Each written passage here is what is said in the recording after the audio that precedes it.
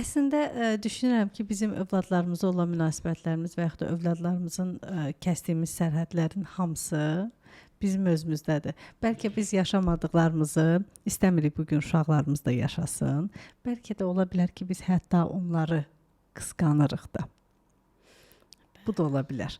Bəli. Bilmədən Uşaqlarımız bizi qısqanır, biz onları qısqanırıq. Mənim qızım 10-cu sinifdədir. Mən həmişə hiss edirəm ki, o məni qısqanır. Nə mənada? Mən hətta bura gəlsəm, seminar verəndə belə, üzr istəyirəm, TikTokda, bizdə TikToka deyirlər, üzr istəyirəm. Yəni ki, o qədər TikTokda hamı pis şey görür ki, bu yaxınlarda səhifə açanda belə o mənim şəxsi sərhəddimi pozaraq, mən şəxsi sərhədlərdən danışmaq istəyirəm. Orada gördüm ki, qızım məni qısqanır ki, sən belə şeylər eləmə, çalış görünməklə. Görünməyi seçdiyim anda mən 25 il məktəb psixoloqu, 2015-dən bu yana şəxsi inkişaf üzrə, yəni Azərbaycanda müəyyən 1 il, 2 il hansısa təlimlərə getmişəm. 2018-dən Gestalt terapiya institutunu bitirmişəm. Sonra onun nəzdində ailə psixoterapiyası, yemə pozuntuları, təbii ki, onlarda anoreksiya, bulimiyadır, kompulsiv və çox az önəm verirlər. Sonra nə deyim sizə, müəyyən bir şeylər. Bugün bu yerə çatmışam ki, artıq düşünürəm ki, mən artıq görünməliyəm. Yəni öz bilgimi insanlara xidmət etməliyəm. Təbii ki, maarifləndirməliyəm və özümün rahatlanmam üçün müəyyən bir şeylər var ki, baş ağrıları əgər çox bilgi yığırsansa, çoxlu baş ağrısı ola bilər. Yəni bədənə o qədər bilgini yığanda son 10 ildə və bir 100-ə yaxın sertifikatım var. Bir neçə də beynəlxalq o il yarımlıqsa belə təlimlər. Sözüm budur ki, burada bizim ehtiyacımız nədir? Potrebnostimə baxıram ki, potrebnost bunu çölə çıxartmaqdır. İnsan nə qədər baş ağrısı ola bilər?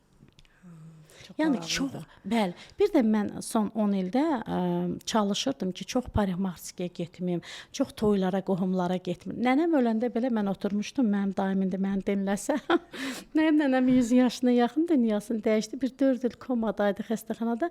Nənəm öləndə mən Gestaltın modulundaydım 3 günlük. Düşündüm ki, mən getsəm, modulum yarımçıq qalsa, mən həmin vaxt istədiyim vaxt diplomumu almayacağam, verməyəcəklər ki, gələn qruplar gəlsə və yaxud get Rusiyada modeli keç. Mən oturdum, günün sonunda axşam getdim nənəmgilə. Niyə? Çünki bu sahəyə o qədər hər tərəfli. Amma əslində düzdür, diplom almaq üçün ilk 4 diplom alanlardan oldum. Amma bəzi sahələr var ki, qadınlıqdır, əylənməkdir, gözəllikdir, bunlar səyahətdir. Bunların hamısına krest qoymuşdum. Yalnız elm, bilgi və onda nə olur? İnsan depressiyaya düşə bilər, emosional yanmaya düşə bilər. Çinlilərin belə bir dənə koleso şikəsi deyirlər, xoşbəxtlik təkəri var, arabaların təkəri kimi 8 hissə bölürlər. Orada ailə var, uşaq var, sağlamlıq var, səyahət var, karyera var. Neçə dənə istəsəniz siz 16 dənə də edə bilərsiniz bunu və orada deyir ki, tez-tez 2 aydan bir, 3 aydan bir ayda bir dəfə olsun. Bax, gör hansı sahəyə ən çox yer verirsən.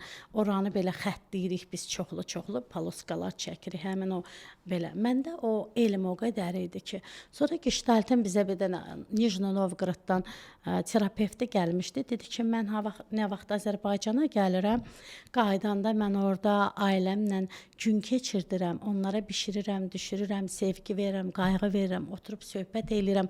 Buradakı günlərimi kompensasiya eləyirəm. İşdə, karyerada uğurum varsa, ailəyə də o enerjidən eynisini verməyə çalışıram. Bizim Azərbaycan qadınları ya çox işdədirlər, ya çox ailədədirlər. Yəni biz bu balansı qorumalıyıq. Bəli, əsas balansdır.